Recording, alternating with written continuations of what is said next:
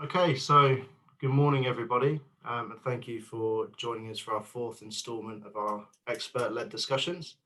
My name is Josh Matthews, and I'm the International Schools Manager for Europe here at TTS. I'm delighted to be joined once again by Mark Steed, the Principal and CEO of Kellett International School in Hong Kong. Mark's going to be taking us through how to promote staff wellbeing during the COVID-19 pandemic, and then moving forward as well. So some really good subject material to cover off today. Just before I hand over to Mark, I wanted to let you know that there will be some time for Q&A towards the end of the presentation. We're going to be going over some pre-submitted questions. However, if you'd like to ask any questions as we go through, please feel free to add them into the chat box. And what we'll do is collate all of those questions and we'll get them answered via email towards the end of next week. So without any further ado, over to you, Mark. Thank you. Great. Well, thanks again, Joshua, for inviting me to talk to you all today. Good morning to those of you in UK. Good afternoon in UAE, and good evening here in Hong Kong. So the subject I've been given is the staff wellbeing. So this really will focus on staff rather than students. Obviously, the two are related, but we're really going to focus in this talk around staff wellbeing. And the sort of structure I've put together is really putting it into the context, in education, of the wider landscape of the changes in sort of workplace well-being that are going on around the world.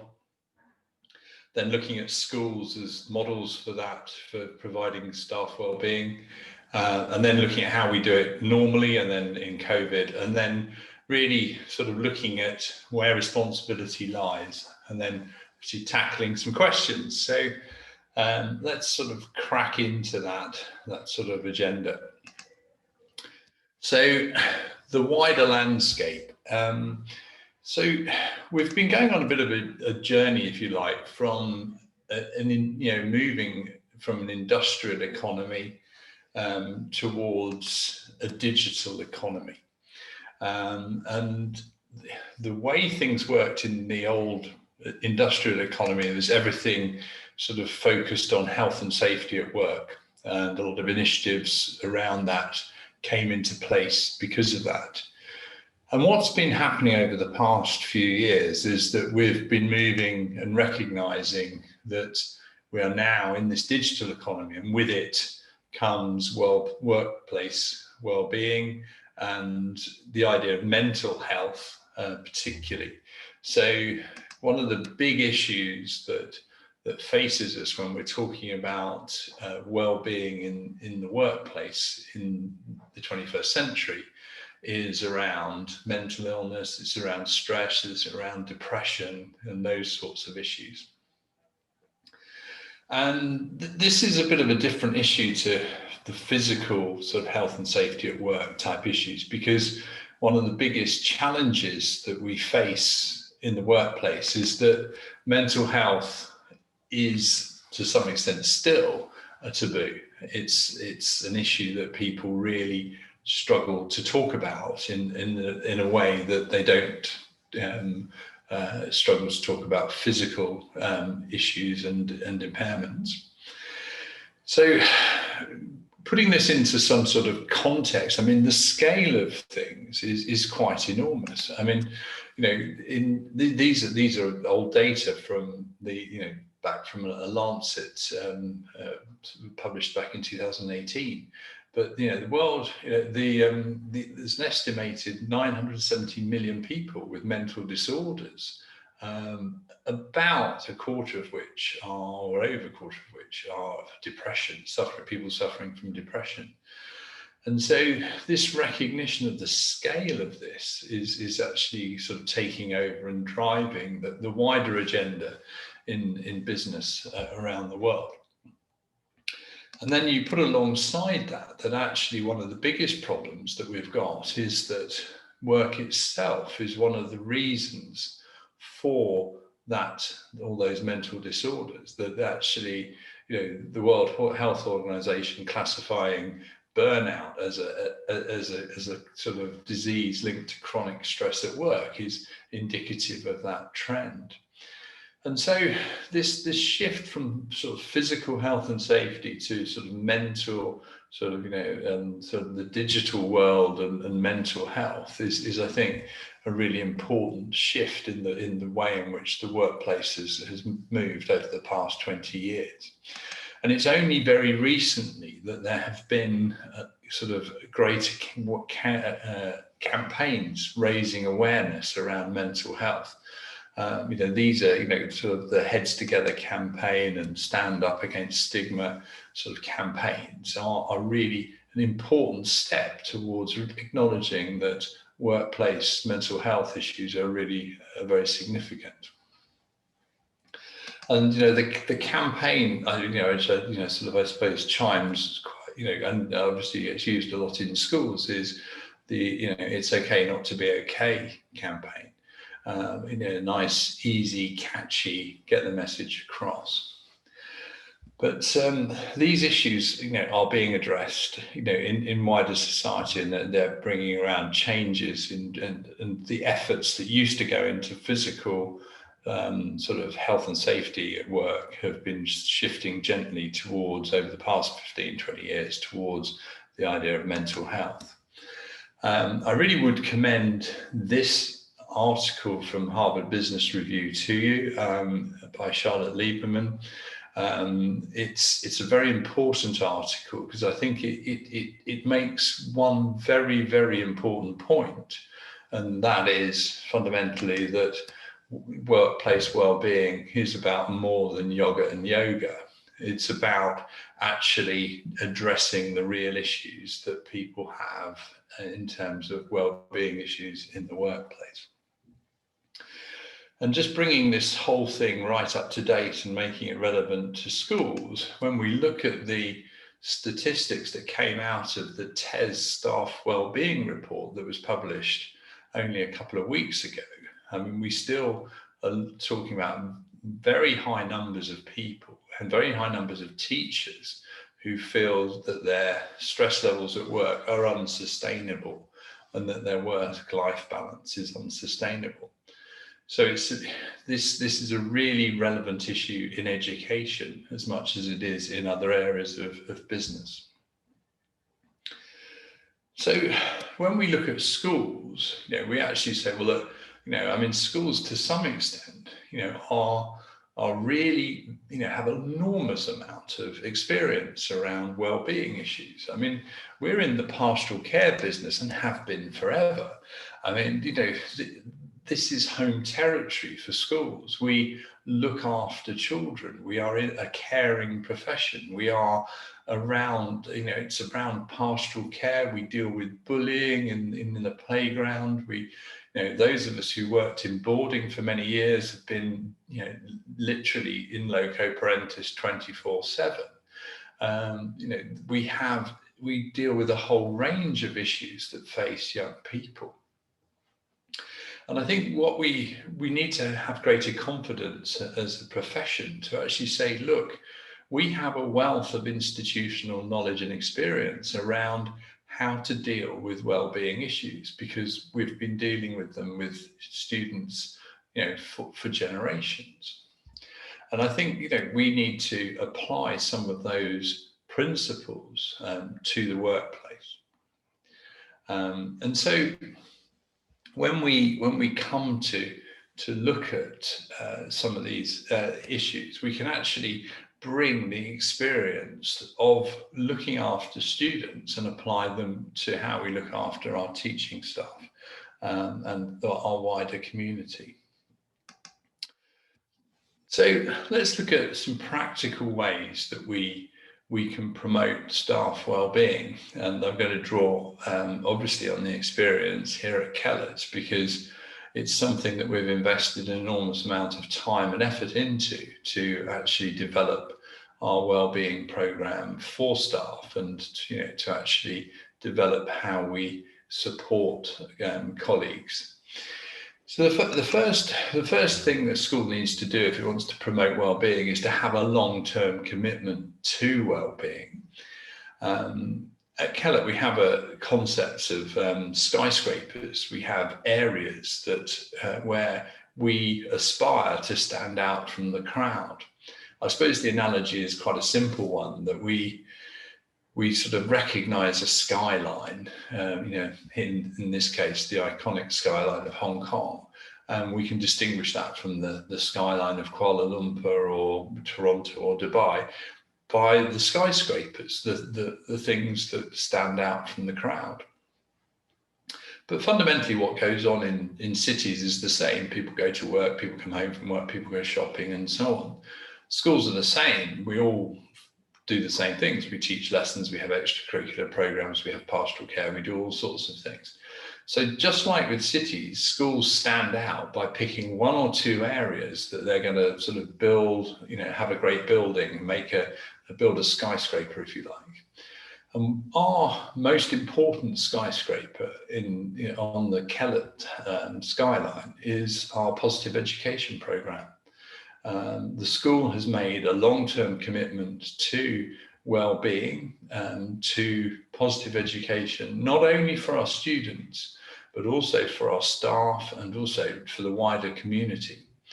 And so actually putting that as a sort of statement saying this is something we're going to devote resources to. And when schools want to do things, it's about devoting scarce resources of time, staffing, training, and actually putting sort of money where their mouth is. And that's what we do at Kellett with our wellbeing program. And I'll unpack some of the ways in which we do that. So the sort of second way a school can do to promote well-being is to actually build it into the week. So we have, as a community, we have Feel Good Fridays at the school. These have become really important during COVID. In fact, we've gone actually for this term, we're in week 16 of what I think is going to be, for some of us, a 19-week term without a break. And we've moved to actually having our Feel Good Fridays being non-uniform, just to give everyone a sort of sense of things being a bit different. We won't do that normally, but it's a way of getting through what is a very, very tough term. But I think building time into the week for well-being is really, really important, not only on an individual basis, but on an institutional one. The third way in which schools can promote staff well-being is to hold sort of community events, and build a program for staff well-being, whether that's mindfulness sessions or whether it's yoga or whether it's doing some, having a sort of staff kick around on the football pitch. These are all really important ways in which the school can bring people together. We have a fantastic sky pitch on the top of our building, and we just did drinks for the staff the other week. As I say, it's been a long, tough term. The Parents Association gave us some money, and we were able to actually thank the staff by having a sort of Friday night after work drinks, which was really, really important to do. So those community events are the sort of third way in which we can promote wellbeing in schools. And I think this is really important, and I really didn't appreciate the importance of this until we've been through the difficulties that we've been through in the past year. And that is, canvassing staff opinion. And we haven't got a fancy app for this, and we don't sign up to some sort of outside package, and there are some very good ones around that do this stuff really well, and we may well move that way. But we've just done a Google form, and it asks three very simple questions. How do you rate yourself, your current well-being, on a scale of 1 to 10? And then, is there anything you're finding particularly challenging, and is there anything that we can do to help? And that's really important. But the really important thing about these things is to actually follow up. So we have a school counselling service. Our HR department will work with that counselling service, and anyone who self-reports on a score of less than 5, we actually intervene, and they will have someone will give them a call and check in with them and follow up. I'll talk more about how we've used questionnaires later on as well. The fifth reason, the way in which you can do it, is actually to change the culture of the school. And I think this goes right back to the sort of founder of Positive Education, to Martin Seligman. He was at Penn University in the States, and he turns the traditional question around and asks, what is right with you? Let's have a strengths-based approach to working with students and staff, and try and build character strengths rather than focusing on flaws. And we've tried to embed this into a whole range of things. And I'll just give you one example of how we've done that. And that is to look at the way in which we're doing appraisals. We've moved from the idea of performance management, the idea of trying to catch people out, to the idea of developing competencies. So there's a whole list of grids. We have different teacher competencies. We're basically working on the fact that we want people to be CELIT practitioners, meet to the standard. Some people are working towards that standard. Some people have sort of, in a sense, go beyond and support and mentor their colleagues. But it's a very, very straightforward way. It's about focusing on positive. It's on building people, about building people up. It's about developing people. It's about growth mindsets, and it's about the idea of continuous improvement as a professional.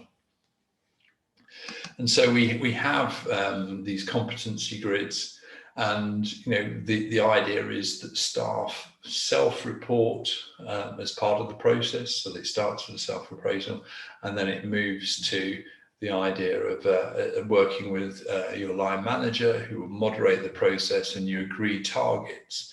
And your target might be to improve in one or two of the areas of where your competence is, perhaps needs to come up to the standard, or indeed to move beyond the standard and actually recognize the fact that, you could be the trainer, the person, the mentor, the coach for the organization in that area.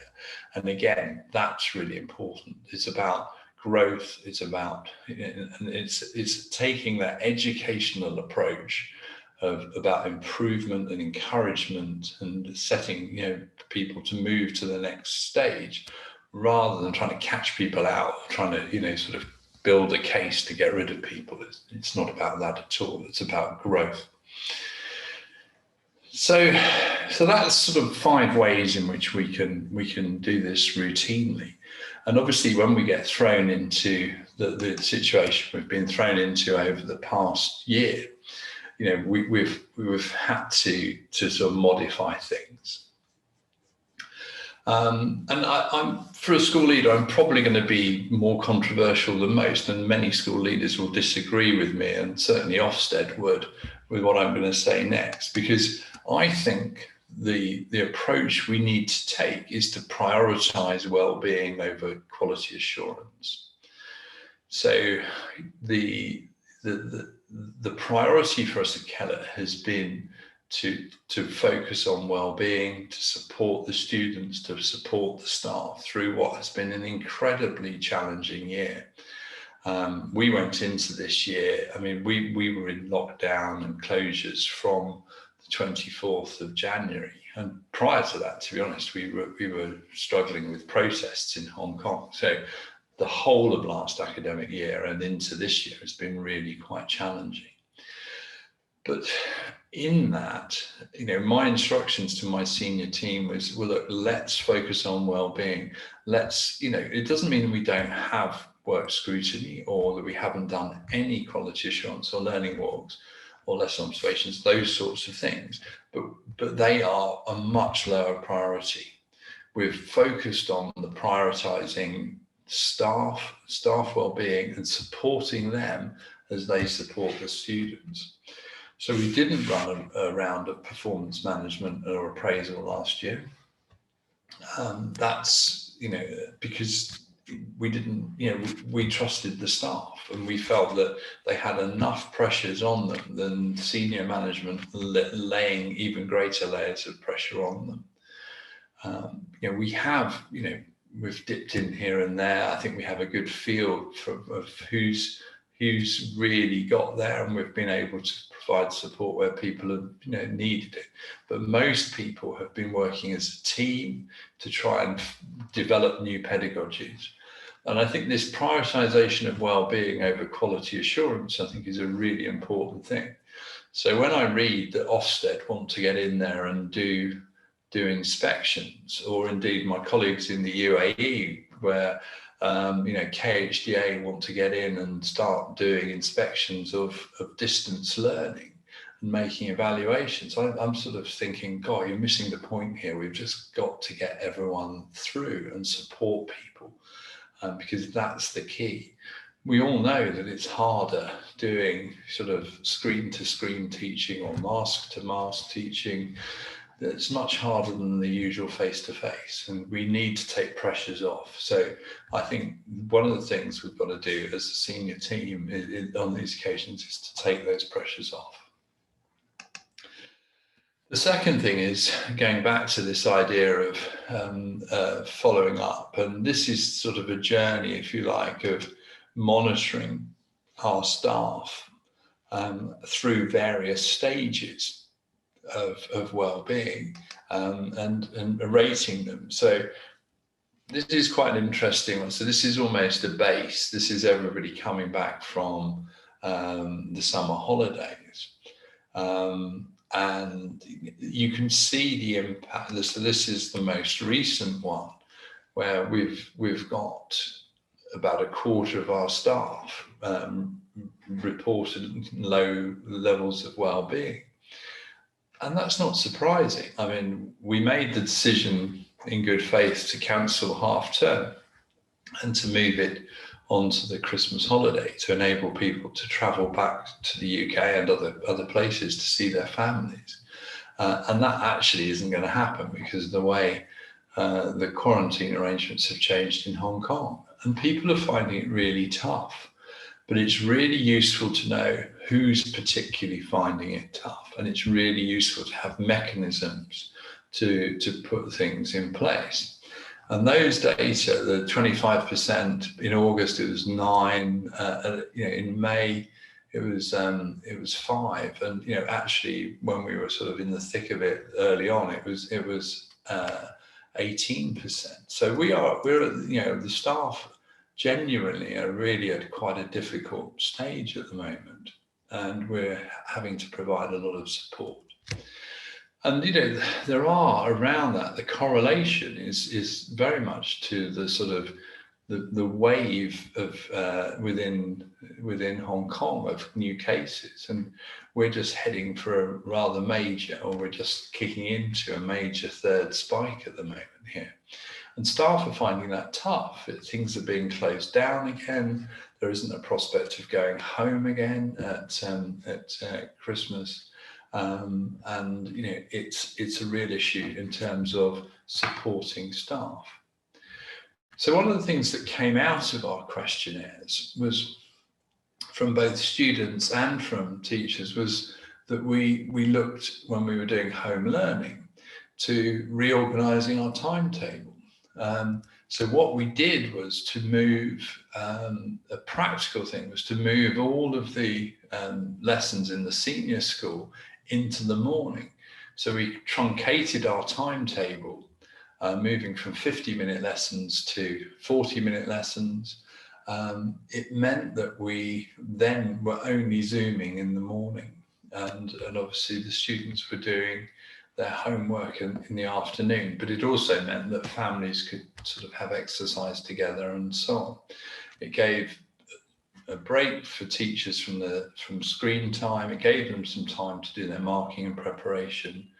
It made a real difference to the community. there's no point doing questionnaires if you're not going to act on them. I mean, one of the other ways that we listened to the staff was there was a lot of anxiety about coming into school. The students weren't in school, but we realized that there was a huge advantage in getting staff into school to be able to support each other and do shared planning and so on. So we compromised at balancing home and school by teachers coming in Monday, Wednesday, Fridays, 3 days into school. And that helped them. And then we used our school bus fleet to bus them in, because there was anxiety about using public transport or taxis to get in during one of the sort of contagious periods of COVID in Hong Kong. So it's about using the resources that you've got available. And one of the things that we were able to do during that period when the staff were in school but the students were at home was we were able to put on a whole range of well-being activities for the staff. And we have a strong PTA who provided muffins, we did lunches, we did training sessions, where we were sort of doing coffee, croissants and computers to try and upskill people and do training sessions. And we put lunches on at the school's expense just to keep momentum, keep morale in the school. Sadly, we couldn't continue to do that the whole time because we actually got to the point where we weren't allowed to have anybody on site at all. And in that point, we moved to having online community events. And Chris is a great character on the staff, and he put on pub quizzes on a fortnightly basis, where he was the quiz master. The staff got into teams, they were connected by, they had their Zoom teams, Zooming, so they had that sort of camaraderie of working as a team by Zoom, and then they submitted their answers on Google. In fact, we're doing one in a couple of weeks' time with our parents as a sort of community event, because we haven't been able to have any sort of parent community events. So I think that fourth thing of keeping those community events going, even though they're online, is I think a really important thing. And then my fifth one is communicate clearly and consistently. And we've always had a bit of a sort of common room magazine, sort of a notice board with digital sort of staff mag. That's really gone up a gear, trying to collate things, trying to build that sense of community. We had a really welcome boost earlier this term where we were voted the British International School of the Year, and that was, we obviously can celebrate that. That was really, really important in terms of our community. So I think there's got to be flexibility, and you've got to communicate well, and you've got to try and do what you can and use the resources that you've got to suit and adapt and support staff at this difficult time. So I'm now going to move on to I think quite a difficult area, and this may raise debate, and we may want to people might want to come in on this and debate on the chat, and that's around who is responsible for staff well-being. Is it the school or is it the teacher? And I think that's always quite difficult. I mean, some people sort of come to me at times and sort of expect, that it's my responsibility as the school principal to, for the well-being of the community. And I've been grappling with that over the years as an idea that if people feel that their well-being is not right, or that whether they haven't got a sort of work-life balance, that it's my responsibility as school principal to do something about it. And I think one of the areas where we need to recognise that we are in a different situation to the rest of the economy to some extent and the rest of business, is that we do have a much more lumpy workload. We go in bursts, don't we? I mean, here in Hong Kong, it's a standard thing to have 5 weeks holiday a year. It's very stingy in Hong Kong in terms of public, sort of workplace holiday. So one of my sort of thought-provoking lines I throw out quite a bit to staff is, we have a lot to fit into 180 days. Because we only work 180 days, including inset days at Kellett. And that's less than half the year. And God, do we have to work really hard during that time? And I mean, my career, the background of my career was I worked in boarding houses, actually physically in boarding houses, living as a house tutor or a housemaster for my first 15 years. So, I'm perhaps not the person to look at this work-life balance question, because, the formative stage of my career was, Saturday night duty finished when Match of the Day finished, which, in the 90s was about 11:30, 12 o'clock at night. And that was having taught 6 lessons on a Saturday morning. So there is this sort of lumpiness that I think we need to recognise. So the question is, it's what can schools do to make the lumpy bit of it, 180 days, bearable? Because obviously we have got time, more time than most, to decompress and to regroup. We need to be honest and recognise that that's part of it. So I think that there is an enormous responsibility on schools to help manage this process. And it's about creating a culture. It's about being supportive. It's about being open. It's obviously about being safe. It's about building that sense of belonging and helping people to feel part of something really important. And it's also about being there when life gets tough. Whether that's in your own life or in that of your family, particularly when running an international school where people are a long way from their support networks a lot of the time. The sort of second important way is for schools to manage resources. I mean, scheduling is really, really important, and trying to space out reporting rounds or exam periods and deadlines and coursework deadlines and all of those things, particularly in senior schools, where they can all come at a big rush, is really important. So, I think schools need to put a lot of time into that calendar, to need to look at the perspective of, what are the evening commitments in terms of parent-teacher meetings? What are the evening commitments in terms of marking or being at concerts or whatever? We do need to balance those out, because that is really, really important. And I think also we need, to provide support. I think there's been a shift over the past 20 years where there is, greater administrative support than was available, but then there's a much greater administrative load. The bar has gone up. Teaching assistants is really important, and having effective teaching assistants, who play an enormously important part in the learning of young people is really important too. So I think there are things that the school has to do and should do in order to promote staff well-being in a more general sense. But I think there's also responsibility on the teacher in terms of looking after themselves and making sure that they cope with the lumpiness of it. And particularly around issues around sleep and so on.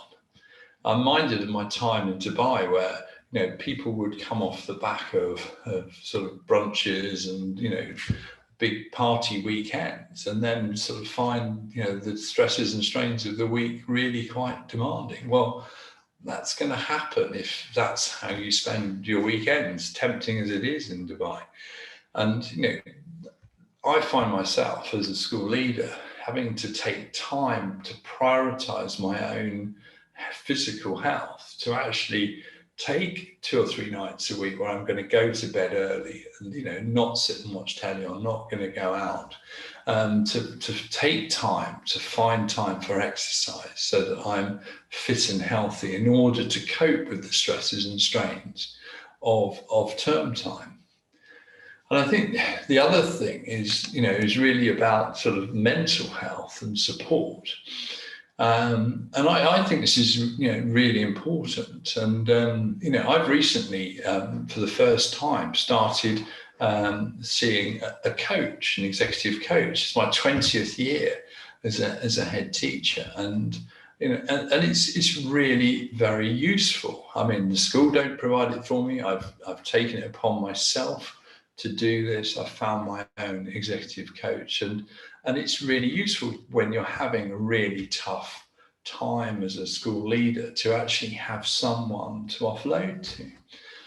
And it's been brought home to me, with my wife is actually training to be a coach at the moment, and I can see the value that coaching has. We have sort of conversations around how important it is to be able to have that support.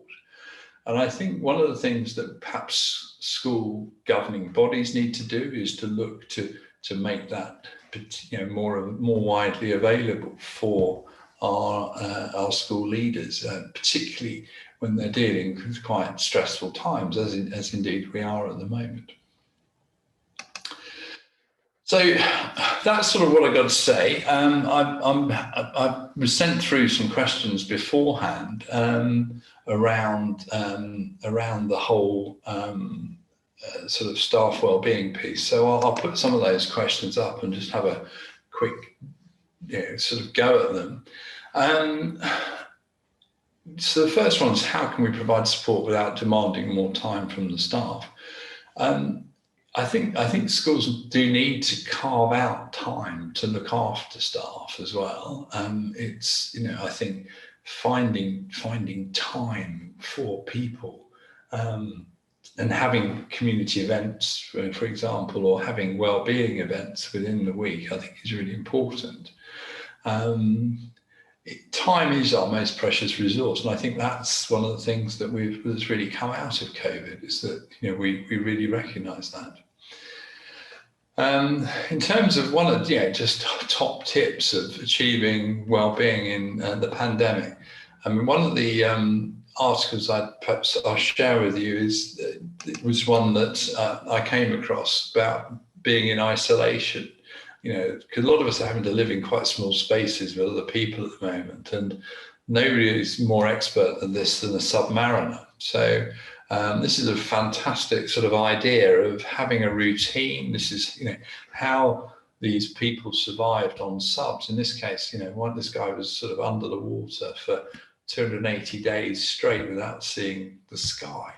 And the sort of things that it is about routines. It is about keeping your space tidy and clean, and actually remembering to look after yourself in that way, having downtime, trying to manage conflict, which is inevitable when people are in close proximity, and also just communicating and so on. So they're really, really, really good tips. I think finding some sort of space is particularly important. And moving on to sort of leadership ones, I think I've touched on quite a few ways in which school leaders can support staff and well-being. I think it is around finding time, and it is about creating a culture. The most important thing that school leaders can do is create a culture. And I think it is about taking pressure off that is unnecessary, particularly at this, testing time. And then the final thing, I suppose, is this issue of, that faces us in international schools, particularly. it's been a real struggle. I mean, I was speaking actually yesterday, virtually with 3 of my fellow school principals around the world, and one of my colleagues in Abu Dhabi has been stuck in Abu Dhabi for 16 months straight. I think he can get to the rest of the UAE, but that's a really quite a big ask, with no prospect of going home this Christmas.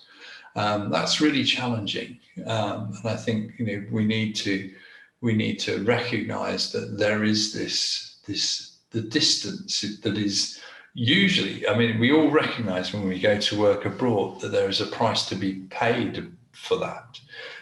In terms of distance from loved ones, but nobody realised the paid price would be quite as high as it is at the moment, where we can't get back, or if we do, we might end up having to quarantine in a hotel room for 2 weeks, which is happening with a lot of people in Asia.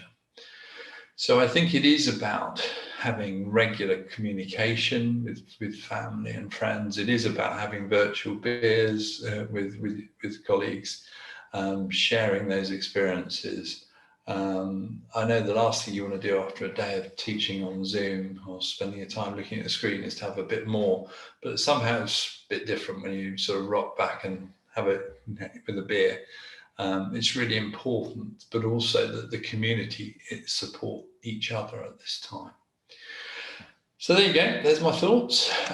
There's my contact details are pretty easy to track down. This presentation slides are on my blog. So hopefully that will be something that you can follow up on. But very happy to receive communication from you and to hear from you. Wonderful. Well, thank you so much for that, Mark.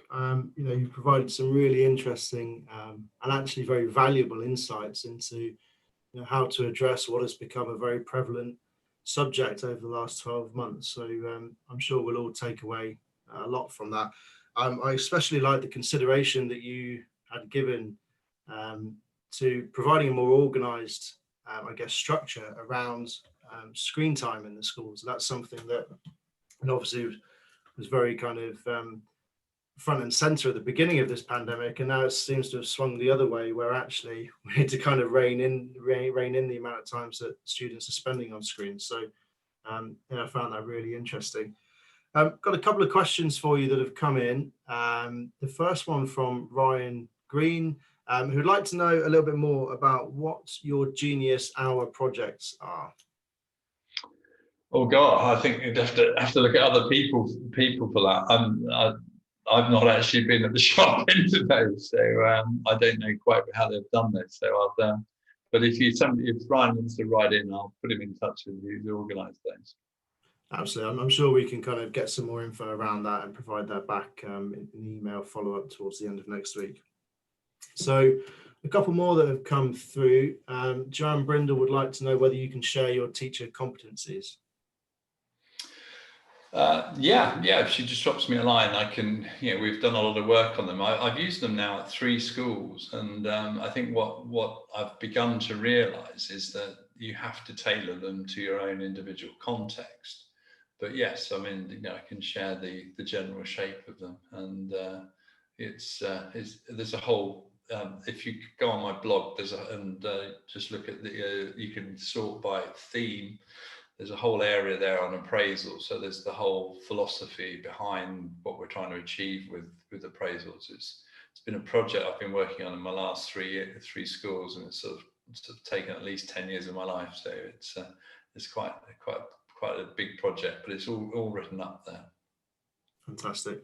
Another good one here actually from Ryan again. How would you go about creating wellbeing support in a school that doesn't see it as being necessary?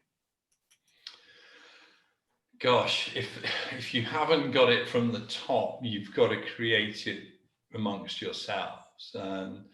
And there's nothing. I mean, the most important networks in any school are the informal ones. So just because the senior management team doesn't sort of buy into the idea of staff well-being, or perhaps hasn't got the budget or the capacity or even the experience to do it, then there's no reason why you can't get a group of like-minded people together and start driving it from the bottom.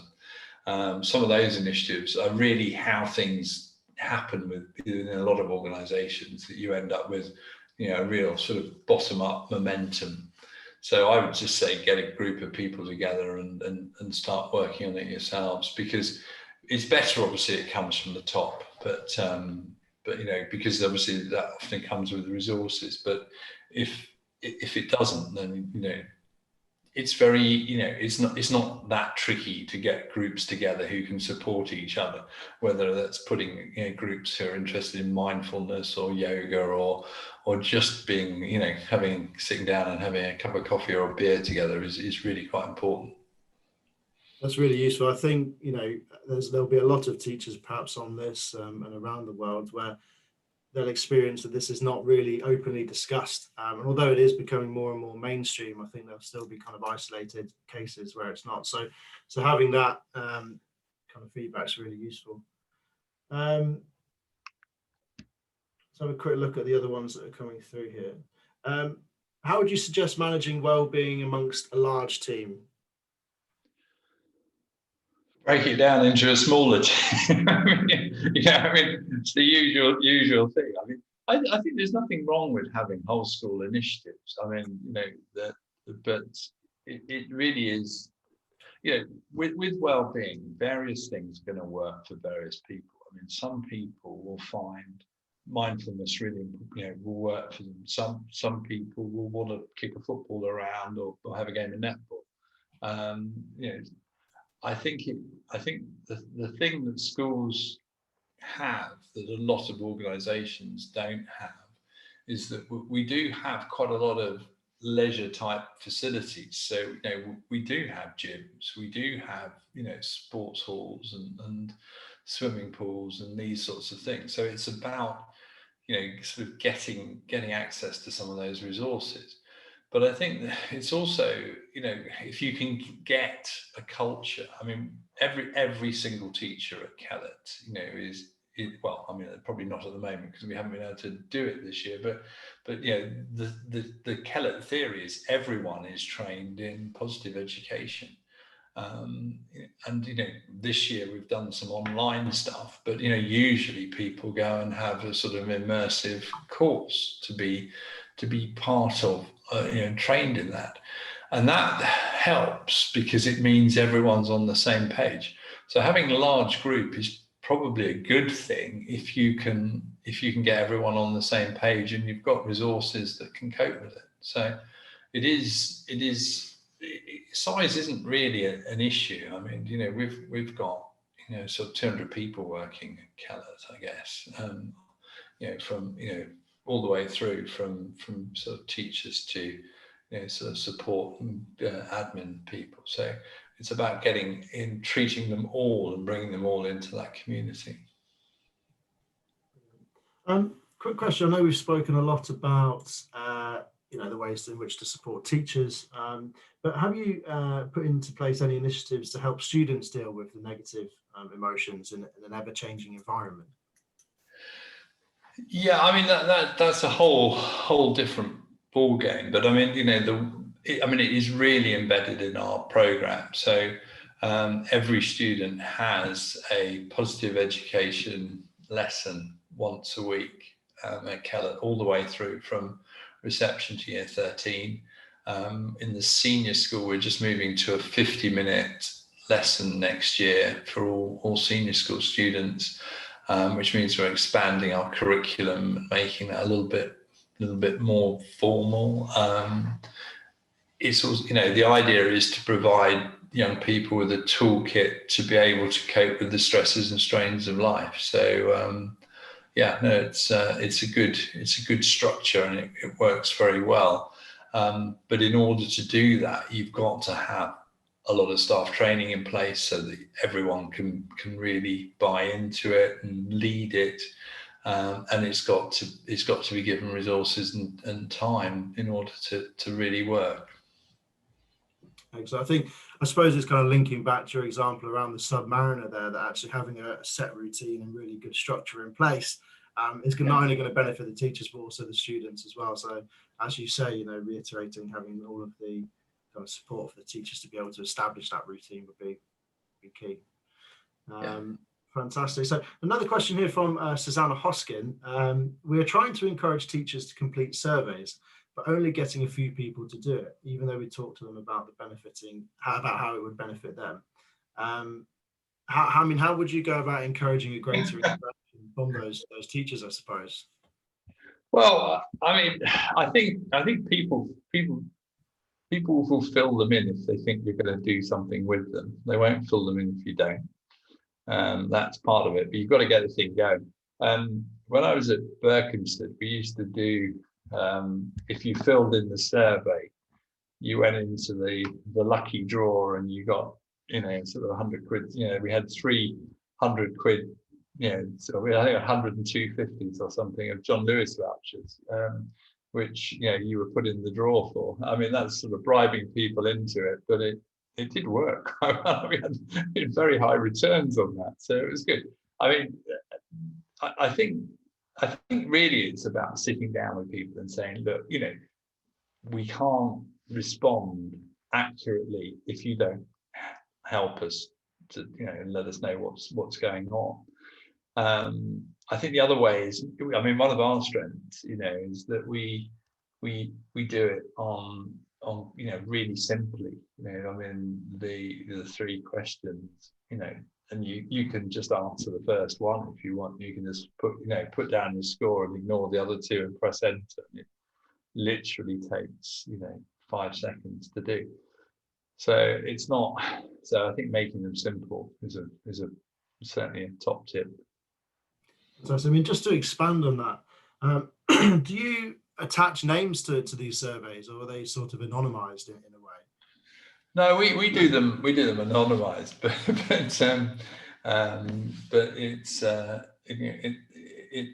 it's one of those things where you if you want to do the John Lewis voucher, you have to fill it in, sort of type thing. But certainly, I mean, the data I get isn't anonymized. The HR department know who filled them in because they then know who to follow up. Of course. Okay. So there's a very limited group of people who have access to the data. Okay, brilliant. I know we've kind of covered this already, but I think with Christmas being on everybody's minds at the moment, it might be good to kind of reiterate some of those points. So I mean, what mechanisms do you recommend putting in place when following up with those staff members who are finding it particularly tough, not traveling for the Christmas holidays? Yeah, I really feel for my staff because we took away the half term, hoping to be able to give everyone the chance to go home at Christmas and have, by having a 4-week Christmas break, they would then be able to do 2 weeks in the UK, do Christmas and head back, and then do quarantine if they wanted to. And some still are doing that. But the quarantine regulations are really tough. And I think, I think the issue at the moment is that this particularly hits people who've got elderly parents and people who've got very young children. Being cooped up with young children in a hotel room or on a plane even is pretty tough. But being cooped up for a long period of time doing quarantine is pretty much unthinkable for most people. And I think the strain when you've got elderly parents or ill parents and you're at a distance from them. So I think it is about being sympathetic where you can be, and and making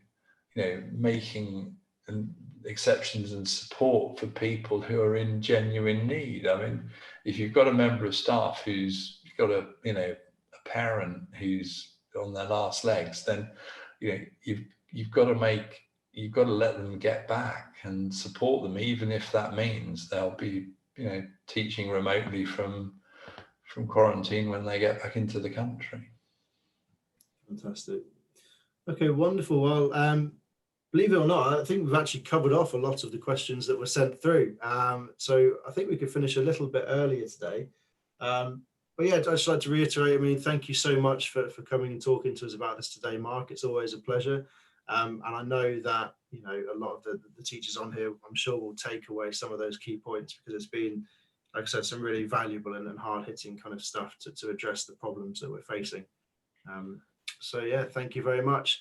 To all of our attendees, thank you for coming. Please do look out for the emails that will be sent out in the next couple of weeks.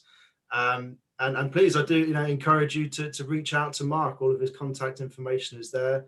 And I know that he's always willing to have a conversation, you know, about anything that people might be thinking about. So yeah, please do that. And yeah, thank you very much. I wish you all the best for the rest of the week. Yeah.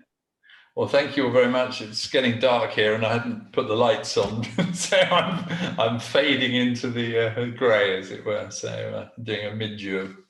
See you all. Thank you very much. Take care, everyone. Thank you.